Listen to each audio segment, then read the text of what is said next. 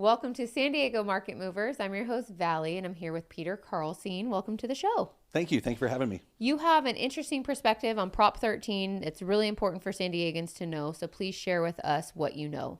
Sure. This is a really in-depth subject, but I'll try to make it super easy. Proposition 13 passed in 1978.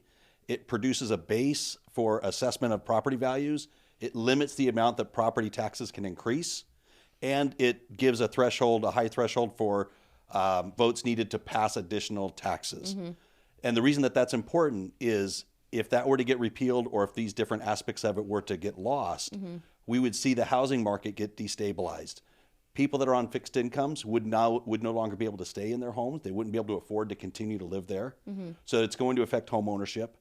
And if you're a tenant and you're in somebody's rental property and all of a sudden their tax bill goes up $1,000 a year, guess what? Unfortunately, that's going to get passed on to the tenant as well. Mm-hmm. So we want to make sure that we keep this proposition, that we keep this tax rule and law in place. It was an amendment to the Constitution of California back in 1978.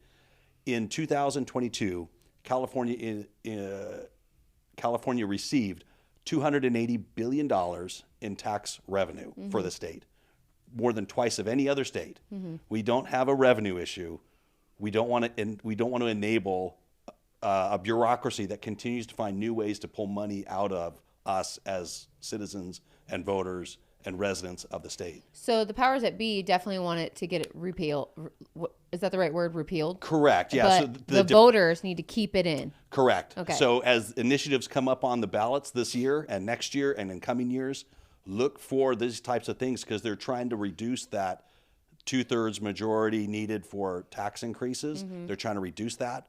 And as soon as they do, that opens up the door for more tax, unfortunately, more taxes on the consumers, more taxes on the property owners, and that's all going to get passed along. Yeah, and we know that California, politics, they love to tax Californians. We don't want to pay any more tax than we already are.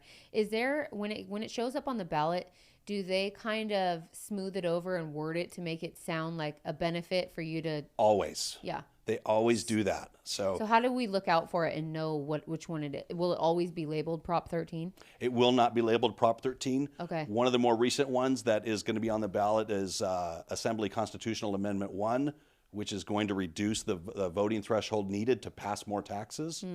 So look out for those types of things. They're going to try to spin it as a positive, but know what you're talking about. Know what you're doing. Know what you're voting on. Know your stuff. Take a few extra minutes and really read into it and look at the different material out there because they will try to find ways to pull one over on voters. I think this is an important topic to bring up, Peter, and it's not talked about enough. So thank you so much for bringing this on our show. Of course. Thank you. Thank you, guys.